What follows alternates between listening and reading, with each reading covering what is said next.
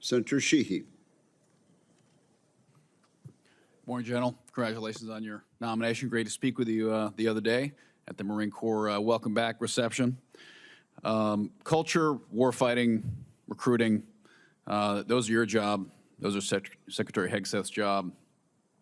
As I expressed to you, my core concern is our ability to fill the magazines, build the ships, maintain the planes, and ensure that when our warfighters go toe-to-toe with our next adversary, they have the platforms that they need. And a 21st century warfare, as we're seeing, is inherently a platform warfare environment. And right now, our platform capabilities, although exquisite on the drawing board and exquisite in the test range, it's hard to scale them, they're expensive, and they're hard to replace.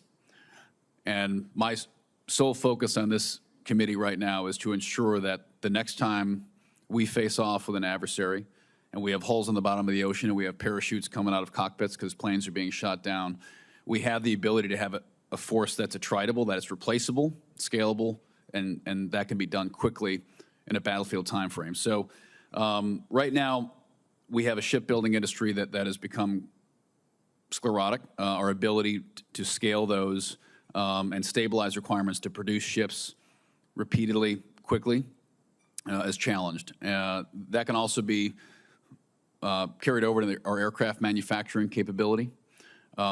What are going to be there's been studies and op-eds and articles and hearings about this ad nauseum for years, and we've been talking about it, but nothing has really changed fundamentally, and the time for change is now. But we can't continue to have commissions and studies and papers and reports and McKinsey and Rand and every other consulting company comes in and gives us a 1,000-page report of how to fix it. We need to start fixing it. It needs to start now. So what is your day one, week one, year one plan to begin fixing this industrial-based challenge so that we're ready for the next war? Senator, thanks, and thanks for the time in your office. I've been on the JROC now for about 2 years, and some of the smartest people on the planet do the analysis, do the gap analysis, the capability portfolio management reviews. What we need to do is make sure that that is done in time that we have yet to consider. 800 days, not good. So there's a time aspect to it, and then there's a step change that needs to happen once you go from a solution identification to bringing industry in. And in my opening comments, I said all of industry. We've been glued to, and in some cases rightfully so, a small group of vendors that have come down from a larger group in the past, and we need to invite smaller, we need to invite different, more innovative and fast-moving companies into the acquisition process earlier. That is the only way, I believe, that we're going to see the step change that we require. So lower the barriers to entry, incentivize these companies to come in, engender competition, which will engender speed, which will engender product, greater capabilities and greater quality. And from day one of the JROC, I'll pick up where Admiral Grady left off and push those lines of effort forward.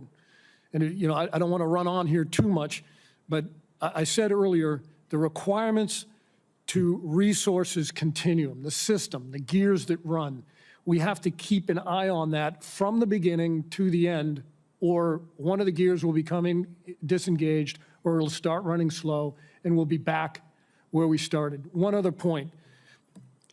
The gold-plated in 800 days is not sufficient when we can get the operationally relevant in a very short period of time. It's, like the acquisition Pareto principle. Let's get the 80% solution in 20% of the time at 20% of the cost, instead of 100%, 800 days later at some astronomical cost that we can neither afford or control.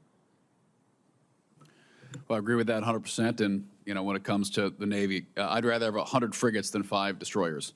And we need to accept risk again in our acquisition process. In an effort to reduce risk, we've created a process that's focused on the process, not on the outcome. We need to accept iteration as part of it, accept that each iteration is not going to be perfect, and we can continue to refine that product. But gold-plated requirements in engineering to perfection will create a brittleness in our acquisition process that is going to remove the scale and speed that we need. So thank you for your focus on that. You have my support. Thank you.